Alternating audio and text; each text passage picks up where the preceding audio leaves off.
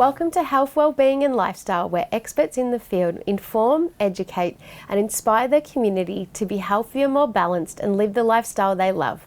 Our first guest today, Anthony Kilner, is a psychic, medium and author, and the topic we'll be discussing is spiritual insights and healing through psychics and mediums. Welcome, Anthony. Thanks for having me, Megan. It's lovely to be here. So, Anthony, what's the difference between a psychic and a medium? A psychic does one thing, a medium does another. They can cross over those boundaries. In mediumship, a medium is there to connect with our departed loved ones from the spirit world. And there's a lot of healing that takes place on a heart level during that connection. Whereas a psychic will use more tools, so tarot cards, divining rods, crystals, those sorts of things, to help someone understand where they're at right now and moving forward. So they're two very different sort of modalities, yet the crossovers are quite often very minimal. So you can have a psychic medium, you can have a straight medium, or you can have someone that calls themselves a straight psychic. What a medium's doing is a medium's there to, like I said, create healing between the person still here alive and the person that's crossed over. And they will share those messages, and if you're looking to go to a medium, you want the medium to give you as much accurate information, because it's all about proof of survival, life after death, whichever way you would like to look at it. Psychic will use their body and the energy of their body to connect to the person's body and give them an understanding of what's going on. And that's where you start getting a lot more information. Now, to highlight that point, I brought in two tools that we can use. One is tarot cards, and this is the Rider-Waite deck, so it's a very old deck, one of the very first decks of tarot, and we can do a whole segment just on tarot. But how would you like to shuffle those for me? Sure. And then the other thing I brought in is a set of divining rods, because divining rods are quite often used for not only for finding water and other bits and pieces, they're used by people to get yes and no answers, like a pendulum with a crystal on it, same sort of thing. And so to give you an idea of how this works, I always make sure my hands are locked and I'll ask the question, so open for yes, and they just open up. Then I can go crossover for no, and they'll cross over for no. But then I can say, okay, where's Megan? And point to Megan. Now you can see that's happening without my hands moving, and that's the important part. And so you can get yes, no answers. I use them to measure energy and all sorts of different things. And so that's what you're looking for, is how they react. So one of the things when we talk about how divining rods work is my energy comes through here, it doesn't touch the divining rod at all. And then it flows out and goes up here and up to the spirit world. And this is where I see the universe or spirit actually using it. Now, I can see the energy at the end of this, so I can put my hand up here and grab that energy and just move it like that around. And then I can go back the other way. And it's stretching on me, there you go, and it's going the other way. And so we're talking energy, and the energy of our body in the universe is what helps us understand how things can work and then how we can get our answers for that. Now, you've been shuffling those cards for me. Now, I won't say anything personal or private, but just drag along a card, which one feels right to you. So let's see what you've drawn, Megan. The King of Cups. The King of Cups. Wow, what an interesting card to draw. So the King of Cups, you're in your strength, you're emotionally there. Cups represent emotions as one of the main things, and your emotions are contained. You're surveying all that is around you and working out, okay, am I in the good space, not so good space? However, what that tells me is there's some confusion around your emotional state at the moment, and that's okay, you're on top of it. Okay, so it's a very, very brief reading, and we're not getting too personal. When it comes to healing, I've heard there's different approaches between psychics and mediums. There is, and there's a school of thought out there that says a medium and a psychic can't be a good healer for different reasons, and I don't subscribe to that, because I believe that all of that energy, it comes from intent and from the heart space. Best healing ever. So if we wanted to break it down a little bit though, a medium can use healing guides, connect up on that level and use universal energy to affect good healing. or energy work, as I like to call it. And a psychic can utilize things like crystals and sound and vibration, again, more tools and their energy to do it.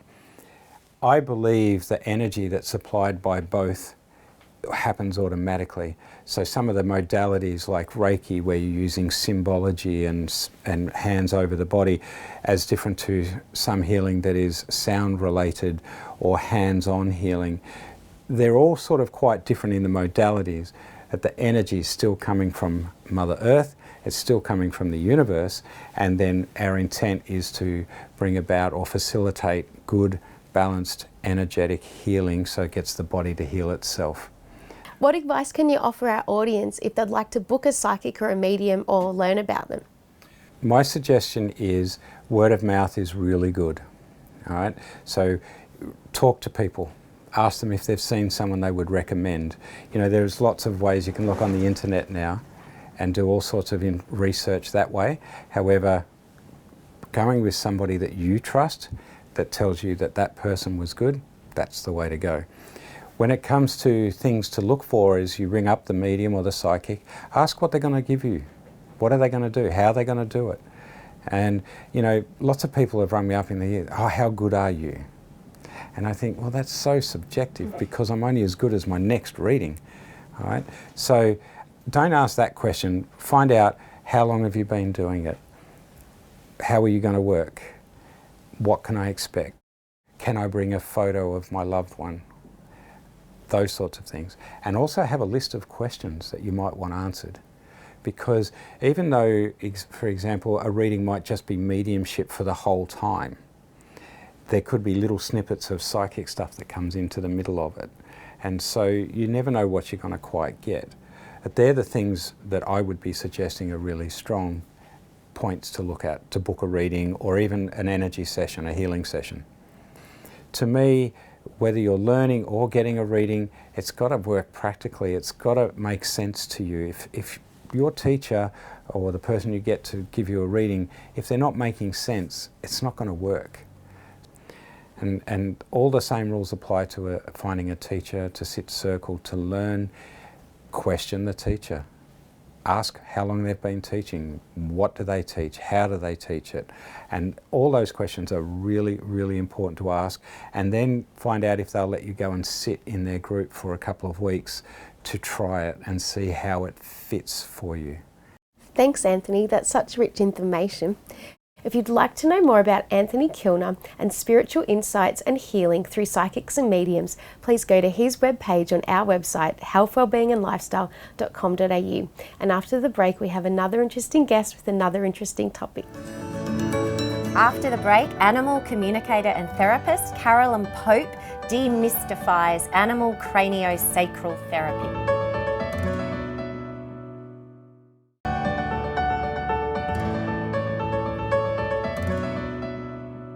Welcome back. Today we have Caroline Pope in the studio. She is an animal communicator and therapist, and today we are going to be demystifying animal craniosacral therapy. Hello, Caroline. Hello, it's good to be back. Yes. Now tell me, can you explain what animal craniosacral therapy is? Pretty much the same as human craniosacral therapy. A lot of people will know it as CST for short. Derived from osteopathy. It's a very hands-on therapy, but literally the most pressure you're putting on is that of a 5-cent piece. So it's much more allowing the body what it needs to do rather than trying to force the body, because what a therapist thinks the body needs to do versus what the body knows it needs to do can kind of be a bit like the Montagues and the Capulets, really. So the most pressure I'm putting on is literally that of a 5-cent piece. And I often say to my clients, it's like watching paint dry, because they're just sitting and the dog or cat may close its eyes, it may lay down. You're not seeing much. But what's actually going on internally, there's a lot of recalibrating, and it's really, really big. If you ever have a CST yourself, you're going to feel a difference. And that's why I actually collaborate with a vet, because she will bounce information to me, or I will say to her, "Yeah, not quite sure about X or Y, can you please check that out?" Because no one person can fix everything. And often if I'm feeling restrictions, say for example in the spine, everything runs off the spine. So the moment the animal's movement is compromised, so is its digestion, its elimination. Dog may well be having heart problems, for example. All the nerves for the heart innervate out of the parietal bone and go down through the thoracic. So if your dog's got problems in its thoracic area or the parietal bone's jammed, that makes a huge difference to what the dog's heart is doing, and its medication may need to be adjusted. Everything interreacts with everything else. It's the one body.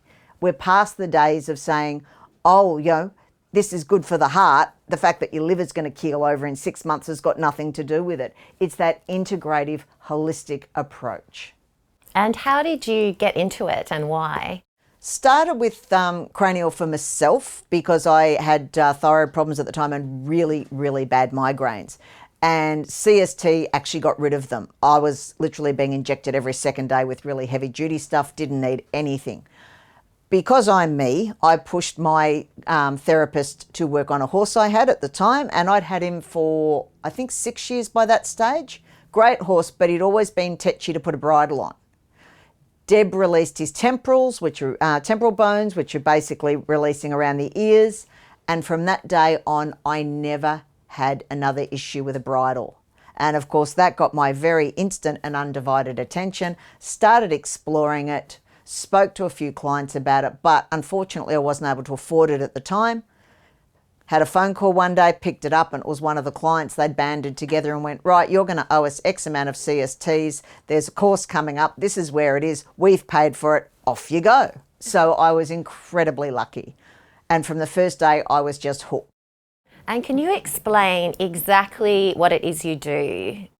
Animal will come in. I also use a bioenergetic handheld device because it speeds things up and it helps calm the animal, because no animal likes being on a table. I mean, obviously horses aren't going to go on a table. That's a little different.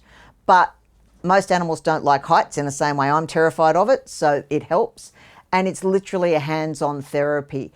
I can start sometimes at the back end. Other times I'll start with one hand under the chest or the neck or the head. It really depends on the individual animal and also where they're comfortable, because a lot of animals, particularly dogs, can be quite head shy. Or if their neck's really sore, they're not going to want you putting hands on, and trust is earned. It's not given. And if a dog's got a really big problem, or any animal at one end, starting at the other builds up trust and releases the restriction. So by the time you get to where the problem really is, they're not worried. And a lot of the time they'll literally lie down and just pass out, which is really nice. And what sort of ailments do you treat? Pretty much anything in the age bracket. Arthritis, stiffness, can help with a lot of dogs that start getting lack of proprioception and neurological as they get older. Vestibular disease in dogs and cats is a big one. Epilepsy, pretty much encephalitis, pretty much anything, because it improves health. It's no different to you. It's being proactive rather than reactive. And of course, the earlier you can get to something, you really need to be proactive. And long term, it's cheaper too, to be proactive rather than reactive. I say to people, change of seasons, but you may well find that your dog or cat needs one session a week if they're acute, or it's been let go for a really long time, for 4 or 5 weeks, and you may get down to 1 trip a month. But if you stretch it out to 6 weeks, you might be back to where you are. And it's not fair to our animal friends to leave them in pain when we can make some lifestyle adjustments and change the quality of life so very, very much. Because at the end of the day, quantity is great, don't get me wrong. We all want our animals to live to an old age. But if there's no quality, it's all irrelevant. And this is where holistic health and, in my case, craniosacral therapy makes such a difference. It's about the quality of life. And the more we can do to improve that, the happier everyone is. And can you please give us some advice on how to have a healthy and happy animal? Be proactive. I generally say every change of season, as they start to age from about the age of 6, possibly 4 with the larger dogs, because of course there's all the rate of aging. But just stuff like all your moodle oodles and anything with hair under the pads, trim it back, because otherwise it's like you walking in socks instead of bare feet. They slide, they hurt themselves. Tiles, floating floor, timber laminate, polished floorboards, really bad for dogs and aged cats. I know they're a pain, but carpet runners are your best friend, and they can literally, in a lot of cases, be the difference between an animal being on painkillers and not, because every time they slide or scrabble, that's all we see. They experience a lot of pain. Just getting your flooring right, that's where your dog or cat spends 80 to 90% of their time. It makes a huge difference. Okay, well, thank you so much for joining us today, Caroline. That was really interesting and very educational. For those interested in learning more about Caroline Pope and animal craniosacral therapy, please head to her webpage on our website, healthwellbeingandlifestyle.com.au, and hang around for after the break. We have another amazing guest. Stay tuned. After the break, NDIS business consultant and empowerment coach Jacqui Grant will be talking about the 3 easy steps to weight release.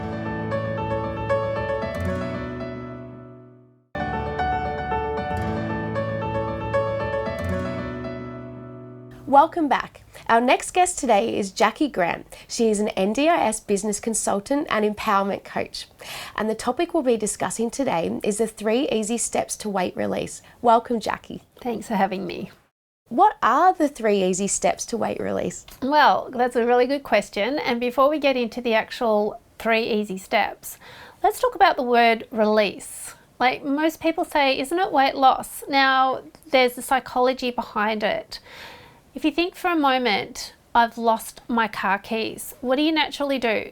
You naturally look for them, right? You go to find them, you want them back. But when you release something, you let it go. Go, I'm done. I don't need it anymore. So when it comes to weight, and we're often wanting to lose weight, don't we want to release it and let it go, and we don't want it back? So I use that word release a lot, and I thought if I just make it a little clearer, it should help for the rest of the tips, which are that you have to be in the right mindset and feeling vulnerable to lose the weight. So the first step being that you want to identify you're ready for change, that you're ready to feel vulnerable in letting go and making change. The next one is looking at your current habits. So what are you currently doing that's not working and that is working? Understanding that is where you can create change from, because often what we do is we just go ahead and go, oh, I need to change my food, I need to do this, I need to do that.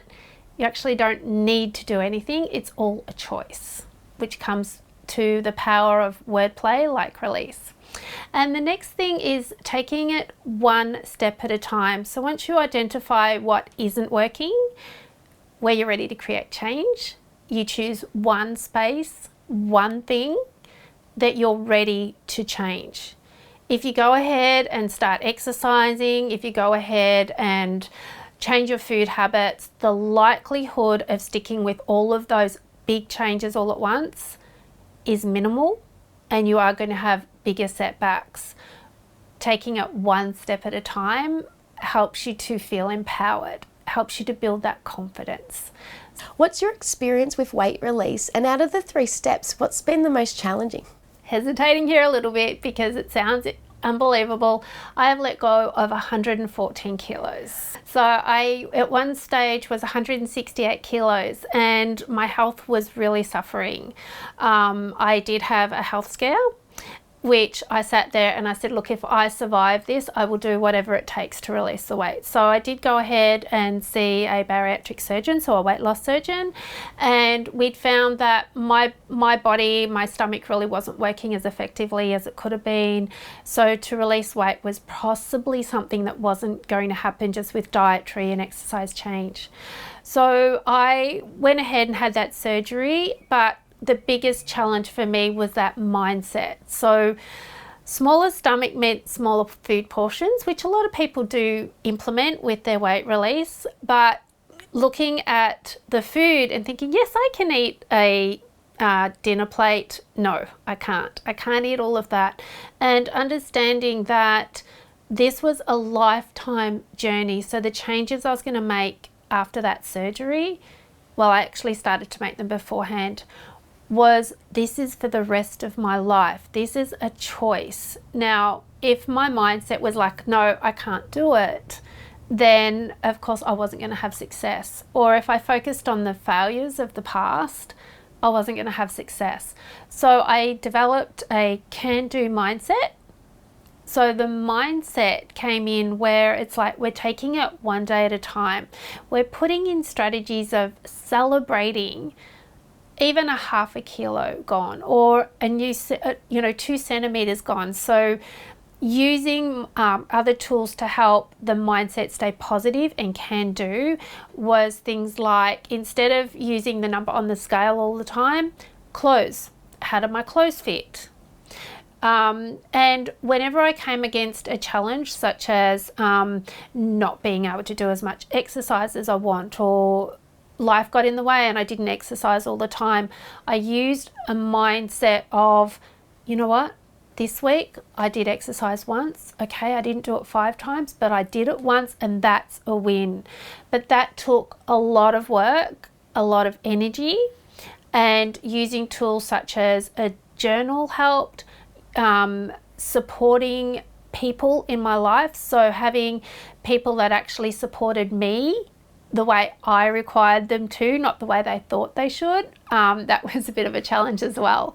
And then there was also the fact that I went on and did other study, which really helped me to stay on track. And being ADHD, I could use those skills as well of hyperfocus. Like, I'm doing this and I've got this energy. But mindset is so hard because we play records of the past. So it does take a lot of energy and shift to move forward from that. But it is possible. You can do it. What's some advice you could offer our viewers? Well, the first thing is to really watch the words that you use around your choice of when it comes to weight release. I use that a lot because it's actually empowering. And the other thing that I would get you to think about is, why is it that you want to release the weight? Like, is it because you've got a medical condition and your doctor says you have to? I mean, valid point and good advice, so please follow it. But are you wanting to do it because you've got an ideal image in mind of, oh, I want to be an amazing size 10 and have this amazing body?